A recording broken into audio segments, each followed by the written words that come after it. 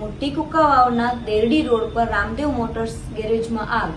અમરેલી જિલ્લાના મોટી કુકાવાવ તાલુકા ખાતે દેરડી રોડ પર આવેલ હિતેશભાઈ રવજીભાઈ મોવલિયાના રામદેવ મોટર્સ ગેરેજમાં આગ લાગવાની ઘટના બનેલી હતી, જેની જાણ અમરેલી ફાયર કંટ્રોલ રૂમ ખાતે કરતા ફાયર ઓફિસર એચ.સી. ગઢવીની આગેવાની હેઠળ અમરેલી ફાયર ઇમરજન્સીની સર્વિસની ટીમ એક ફાયર ટેન્ડર સાથે તુરંત જ ઘટના સ્થળ પર પહોંચી આગ પર પાણીનો મારો ચલાવી આગ પર કાબુ મેળવેલો હતો અને સદનસીબે કોઈ પ્રકારની જાનહાનિ થવા પામેલ નથી.